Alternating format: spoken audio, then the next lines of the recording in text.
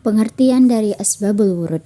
Menurut ahli bahasa, kata asbab al-wurud adalah susunan mudhaf ilaih atau idhofah dengan sebab sebagai al-mudhaf dan al-wurud sebagai mudhaf ilaih, yang artinya segala sesuatu yang dapat menghubungkan atau penyebab pada sesuatu yang lain. Dengan demikian, asbab al-wurud secara sederhana dapat diartikan dengan segala sesuatu yang menyebabkan datangnya sesuatu. Berikutnya yaitu macam-macam dari asbabul wurud. Yang pertama, sebab yang berupa ayat Al-Quran. Maksudnya ayat Al-Quran itu menjadi penyebab Nabi SAW mengeluarkan sabdanya. Yang kedua, sebab yang berupa hadis. Maksudnya pada waktu itu terdapat suatu hadis namun sebagian sahabat merasa kesulitan memahaminya. Maka kemudian muncullah hadis lain yang memberikan penjelasan terhadap hadis tersebut. Dan yang ketiga, sebab yang berupa keterkaitan yang berkaitan dengan para pendengar di kalangan sahabat. Berikutnya yaitu cara kita mengetahui asbabul wurud.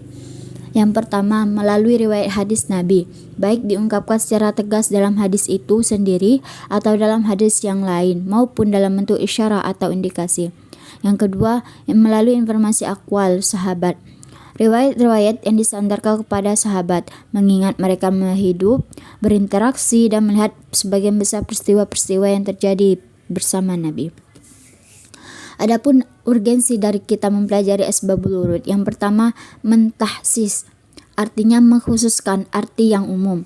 Yang kedua, membatasi arti yang mutlak. Yang ketiga, merinci yang mujmal atau yang global. Yang keempat, menentukan persoalan nas dan menjelaskan nasikh dan mansukh. Yang kelima, menerangkan illat atau alasan suatu hukum. Yang keenam, menjelaskan kemusykilan.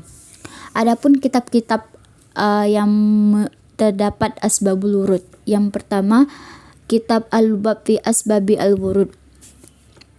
Kitab ini ditulis Al-Ajluni, Ismail ibn Muhammad Al-Ajluni, wafat pada tahun 1162 Hijriah. Ini adalah salah satu kitab paling terkenal dalam topik asbabul wurud. Isinya ringkas dan penyempurnaannya dari karya sebelumnya, dan memuat latar belakang munculnya banyak hadis yang populer. Yang kedua, Al-Bayan wa At-Ta'rif fi Asbabi Al-Wurud Al-Hadis Al-Syarif. Penulisnya Ibnu Hamzah Al-Husaini, wafat 1121 Hijriah.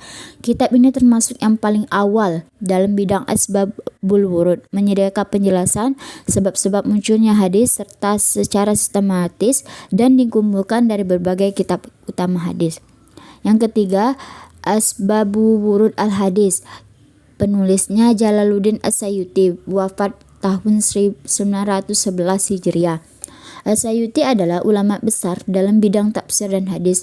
Karyanya ini terfokus pada penyebab munculnya hadis seperti halnya asbabun nuzul dalam tafsir Al-Quran. Sekian, terima kasih.